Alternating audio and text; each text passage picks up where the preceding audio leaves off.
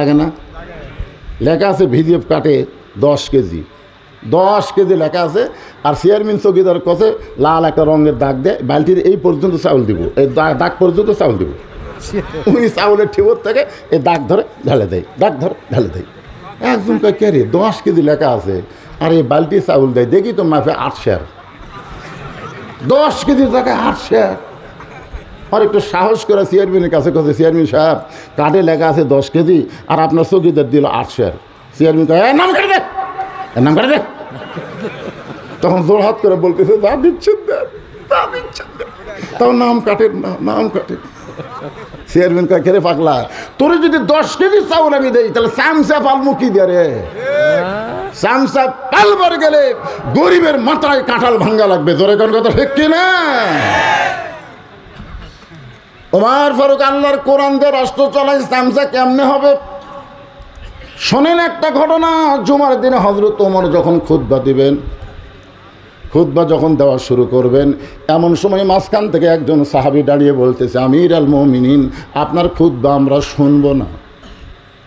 ওমর ফারুক বললেন, আমার খুতবা শুনবা না, আমার অপরাধ কি? বলে আপনার অপরাধ হলো আমাদেরকে খাটো পাঞ্জাবি দিয়ে আপনি লম্বা জুব্বা পরে খুতবা দিচ্ছেন। আমাদেরকে খাটো পাঞ্জাবি দিবেন আর আপনি লম্বা জুব্বা পরবেন। আপনি লম্বা জুব্বা কোথায় পাইলেন যতক্ষণ না বলবেন ততক্ষণ আপনার খুতবা আমরা শুনবো না। উমরের চোখ দিয়ে দর দর করে পানি পড়তেছে আর মুখটা মুচকি মুচকি হাসতেছে।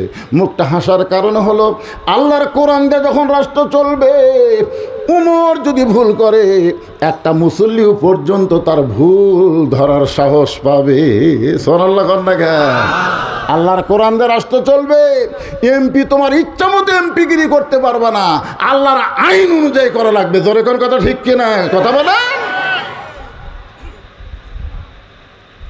এমন সময় উমর ফারুকের ছেলে আবদুল্লাহ ইবনে উমর বাবার পাশে দাঁড়ায় বলতেছে, রে নবীর সাহাবীরা, আমার বাবার জুব্বা লম্বা দিকে খুদ্া শুনবা না? তোমরা তো খাটো পাঞ্জাবি হলেও নতুন কাপড় পরেছো, আমার পরনে দেখো নতুন কোনো কাপড় নাই।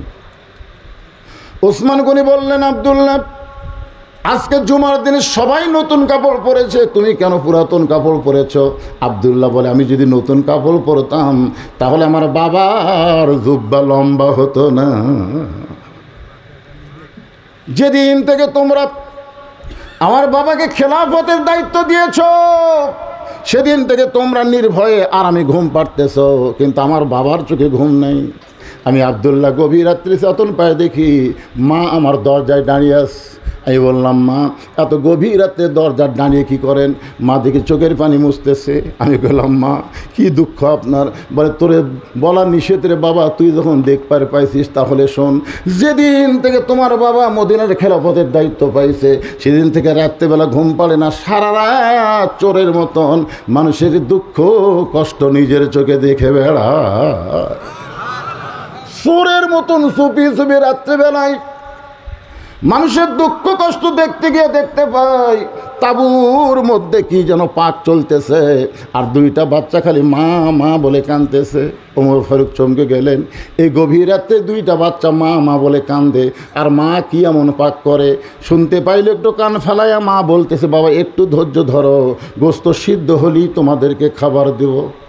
ওমর ফারুক চিন্তায় পড়ে গেলেন, দুম্বার গোস্ত হলে 8 ঘন্টা লাগবে আর উটের গোস্ত হলো বড় জোর 1 ঘন্টা লাগতে পারে, কিন্তু এই গভীর রাত হয়ে গেল এখন পর্যন্ত গোস্ত সিদ্ধ হয় না, এটা কিসের গোস্ত একটু জানা দরকার।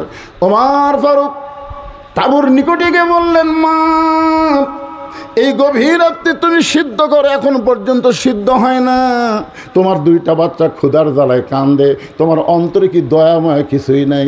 মেয়েটা বলে, পথিক আমার বাড়ি হলো ইয়ামিন দেশে, আমার বাড়ি হলো ইয়ামিন দেশে। আমি জানতে পারলাম মদিনার খলিফা ওমর অত্যন্ত ভালো মানুষ, আমার দুইটি এতিম বাচ্চাকে নিয়ে আমি ভালো মানুষ উমরের দরবারে যাওয়ার চাইছিলাম বিকেলবেলায়, কিন্তু এত মানুষের ভিড় আমি উমরের দরবারে যাওয়ার পারলাম না। আমি নিয়ত করেছি আগামীকাল সকালবেলা আমার দুইটা এতিম বাচ্চাকে নিয়ে উমরের দরবারে যাব। এই নিয়ত করে রাতের বেলা মরুভূমিতে তাঁবু টাঙ্গাইয়া আমার দুইটা বাচ্চাকে কোলের মধ্যে নিয়ে আমি মা যখন ঘুমাবার চাই, কিন্তু বাচ্চা দুইটা না ঘুমায় খালি ক্ষুধার জ্বালায় কাঁদতেছে, বলে মা খাবার দাও, খাবার দাও। এখন ফিলিস্তিনের বাচ্চারা দেখেন ঘাস খাচ্ছে, ফিলিস্তিনের বাচ্চারা খাওয়ার জন্য যেমন কান্দে, আল্লাহ এই জন্যই বলতেছেন আর আইতাল্লাযী ইউকাযযিবু বিদ্দীন ফাযালিকাল্লাযী ইয়াদুল ইয়াতীম ওয়ালা ইয়াহুদ্দু আলা তাআমিল মিসকিন। আল্লাহু আকবার। দুইটা বাচ্চা যখন বারবার কান্দে, আমি তখন ওদের সান্ত্বনা দেওয়ার জন্যে পাতিলের মধ্যে পানি আর পাথর দিয়ে নিচে আগুন জ্বলায় বলতেছি, বাবা গোস্ত সিদ্ধ হলেই তোমাদের খাবার দেব। এই কথা শুনতে শুনতে আমার দুইটা বাচ্চা একসময় ঘুমায় যাবে, কিন্তু পথিক রে, এদের পেটে এত খিদা লাগছে, ওদের চোখে আর ঘুম ধরতেছে না। আমার মনে হয় আজকে রাতে এত বড়, সকাল পর্যন্ত আমার দুইটা সন্তান আর বাঁচবে না, উমরের দরবারে আমার যাওয়ার হবে না। সঙ্গে সঙ্গে উমর ফারুক বললেন, মা তুমি একটু ধৈর্য ধরো, মা তুমি একটু ধৈর্য ধরো, তোমাকে পাথর সিদ্ধ করা লাগবে না, তুমি তোমার বাচ্চাকে যায় একটু সান্ত্বনা দাও। এ বলে এক দৌড় মারলেন গভীর রাত্রে। বাংলাদেশের মতন ৯৬টা দেশের নেতা এক দৌড়ে বাইতুল মালের দরজায় আসলাম, দরজা খুলে দে। আসলাম হানফান করে বলে, আমিরুল মুমিনিন, চোখে পানি নিয়ে কি খবর? বলে বড় একটা খাবার বস্তা আমার মাথায় উঠে দে। আসলাম বলতেছে, আমিরুল মুমিনিন বস্তা কোথায় নেওয়া লাগবে আপনি হুকুম দেন, এই মাথায় করে পৌঁছায় দিব। ওমর ফারুক বলে, আসলাম রে, একজনের পাপের বোঝা আর একজন কেউ মাথায় নেয় না, দে আমার মাথায় উঠে দে। খাবার বস্তা ওমর ফারুকের মাথায় তুলে দিয়ে ওমর ফারুককে আসলাম তাকায় দেখে খুব জোরে জোরে দৌড় মারতেছে। পিছন দিক থেকে ডাক দেয়, বলে আমিরুল মুমিনিন এত জোরে দৌড়াবেন না, মাথায় বস্তানে দৌড়াতে গিয়ে আপনি পড়ে কষ্ট হবে। ওমর বলে, আসলাম রে, সময় মতো যদি যাবার না পারি রে, এই উমরকে আল্লাহ জাহান্নামের আগুনে পুড়ে ফেলবে। হুদাল্লিল মুত্তাকিন, মুত্তাকিদের জন্য জীবন ব্যবস্থা কেন দেখেন। এক দৌড়ে তাবুর দরবারে গিয়া, মাগো তোমার দুইটা বাচ্চাকে জীবিত আছে? মেয়েটা বলতেছে এখনো জীবিত আছে। তাহলে রুটি আর হালুয়া তৈরি করো। মেয়েটা রুটি আর হালুয়া তৈরি করে উমর ফারুকের হাতে যখন দেয়, উমর ফারুক দুইটা এতিম বাচ্চাকে দুই উড়াতে উপরে নিয়ে রুটি ছেড়ে হালুয়া দিয়ে মুখে দেয়। দুইটা বাচ্চা ফেল ফেল করে উমরের দিকে তাকায় দেখে চোখের পানি গাল বেয়ে বেয়ে পড়তেছে। দুইটা বাচ্চা চোখের পানি মুছে দিয়ে বলে, কে গো তুমি? তুমি আমাদেরকে আদর করে রুটি হালুয়া খাওয়াও, আবার তুমি এমন করে কেন কাঁদতেছো? আমরা এতিম গো, আমাদের কোনো বাবা নাই। আজকে তোমার মধ্যে আমরা বাবার চেহারা দেখতে পাই। সঙ্গে সঙ্গে ওমর বলে, আল্লাহ এই অধমকে জাহান্নামের আগুন থেকে তুমি বাঁচায় দাও। মেয়েটা তাঁবুর ভিতর থেকে বলতে, পথিক ভালো মানুষের গল্প শুনেছি, কিন্তু মানুষ এমন ভালো হয় কোনোদিন কল্পনা করি নাই। আল্লাহর কাছে দোয়া করি, আল্লাহ মদিনার খলিফা ওমরকে না বানায়, যদি তোমারে খলিফা বানাই তো মদিনা যেন আল্লাহর জান্নাত হয়ে যেত।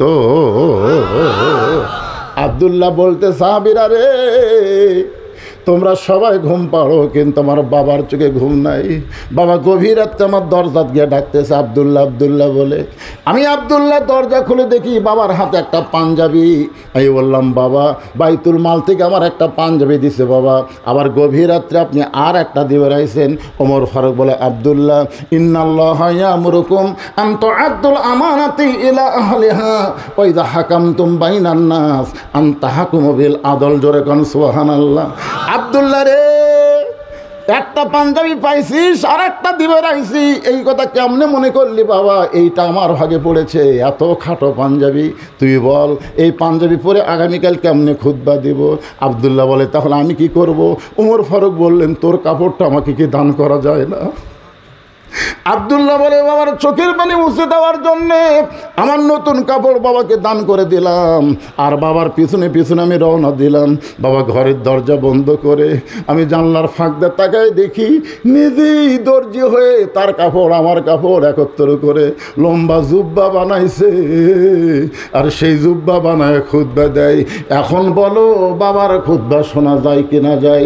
সমস্ত সাহাবীরা চিল্লায় বলে, আল্লাহর কোরআন দিয়ে যখন রাষ্ট্র চলবে এমন ভালো নেতা মুসলমান দেখতে পাবে।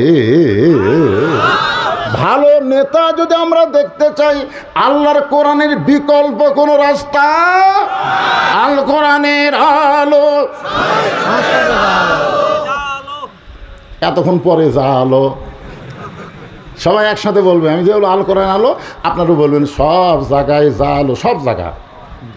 সংসদের কথা বললে একদল আবার লাখ সিটকাই আমরা টাইম দেবো না।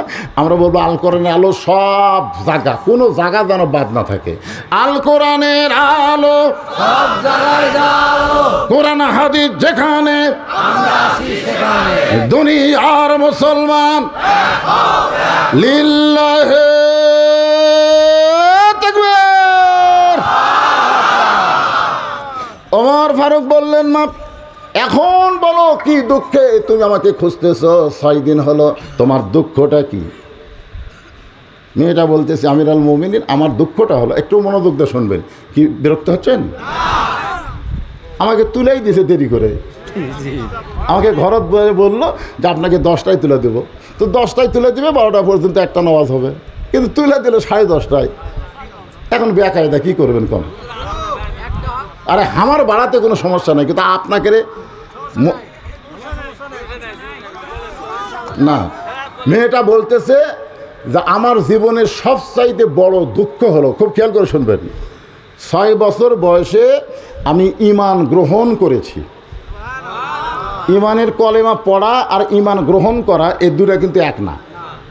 আমাদের এলাকায় যুদ্ধের সময় অনেক হিন্দুরা কলমা পড়ছে। আমার এলাকা পাকিস্তানের পাঞ্জাবিক দেখলি লা ইলাহা ইল্লাল্লাহ, লা ইলাহা ইল্লাল্লাহ, লা ইলাহা ইল্লাল্লাহ। তখন পাকিস্তানের আর্মি বিলকুল ঠিক হয়। 9 মাস পরে দেশটা যখন স্বাধীন হলো, ওই পড়া কলমালা হিন্দুরা আর কলমার উপর আছে। তবে একজন হিন্দু আমার কাছে সত্যি স্বীকার করছে, আমাকে বলছে, বাবা মুসলমানের কলমার দাম আছে রে। আমি কলম, আপনি হিন্দু হয়ে কেমনি বুঝলেন? এই কলমা কয়েই তো গুলি থেকে মারছি পাগলা।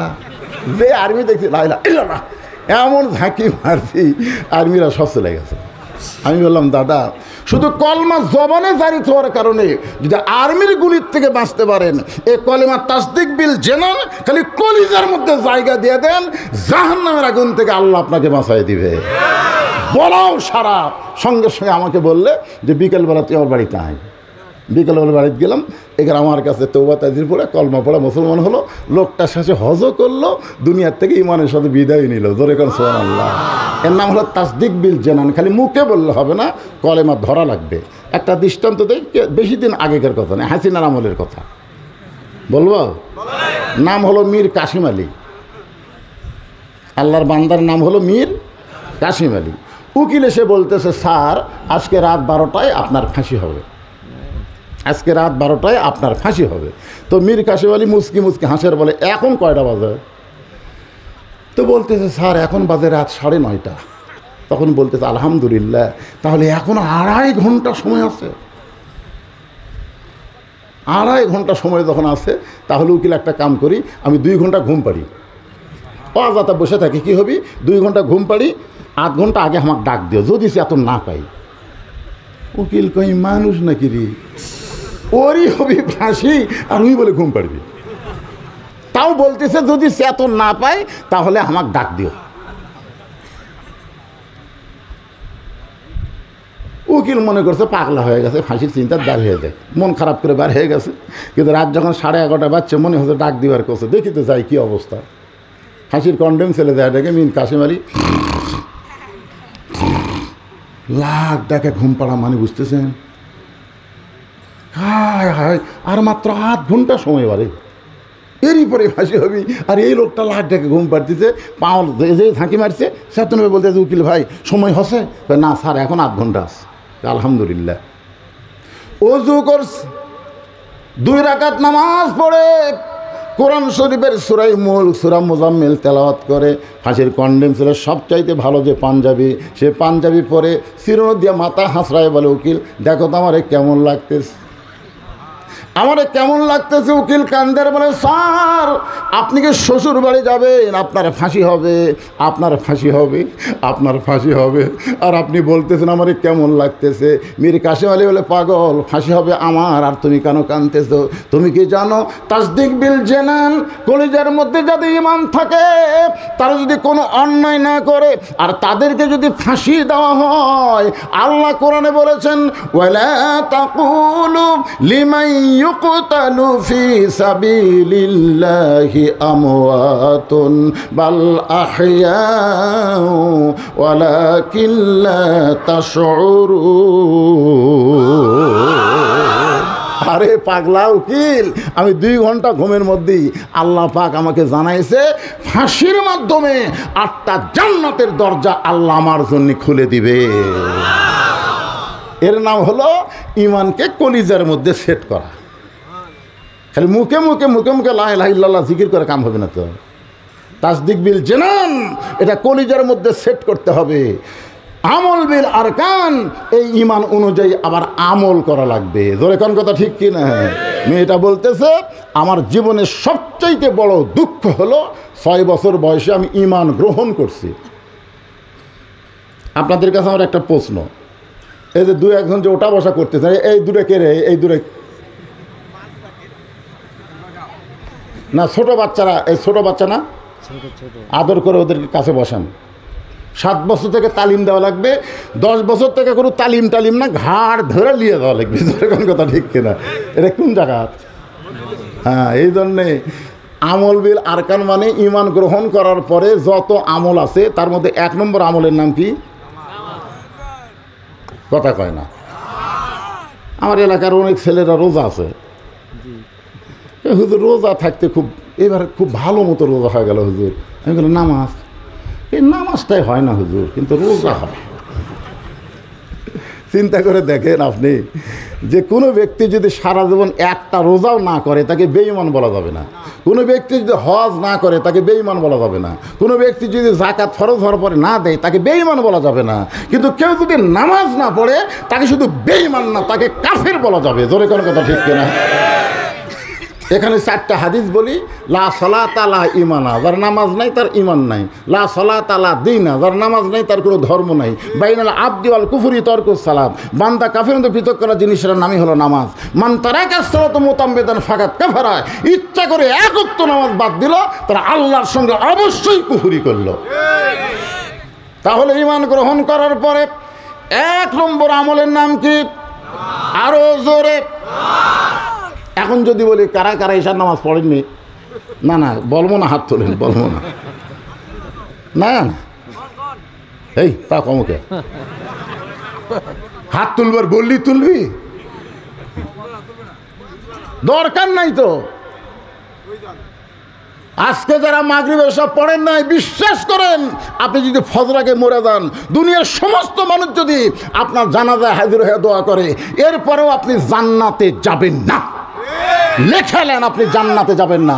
আর যদি মাগরিব এশার নামাজ পড়েন আর যদি ফজর আগে যদি আপনি মারা যান, দুনিয়ার কোনো ব্যক্তি যদি আপনার জানাজা নাও করে, ওই নামাজের কারণে আল্লাহ আপনাকে জান্নাত দিয়ে দিবে। জোরে করে কথা ঠিক কিনা? পুরুষ মানুষের জন্য ঈমান গ্রহণ করার পরে 1 নম্বর আমলের নাম হলো নামাজ। আর নারীদের জন্য 1 নম্বর নেক আমল হচ্ছে পর্দা। আমার মায়েরা যারা পর্দার অন্তরে বসে আছেন, আপনাদের কিন্তু 1 নম্বরে নেক আমলের নাম হলো পর্দা। ওমর ফারুক বললেন, মা এখন বলো ঈমান গ্রহণ করার কারণে তোমার কেন দুঃখ হয়েছে? মেয়েটা বলতেছে, আমির আল মুমিনিন, আমার বাড়ি হলো রোম দেশে। খুব খেয়াল করে শুনবেন, মেয়েটার বাড়ি কোথায়? রোম দেশে।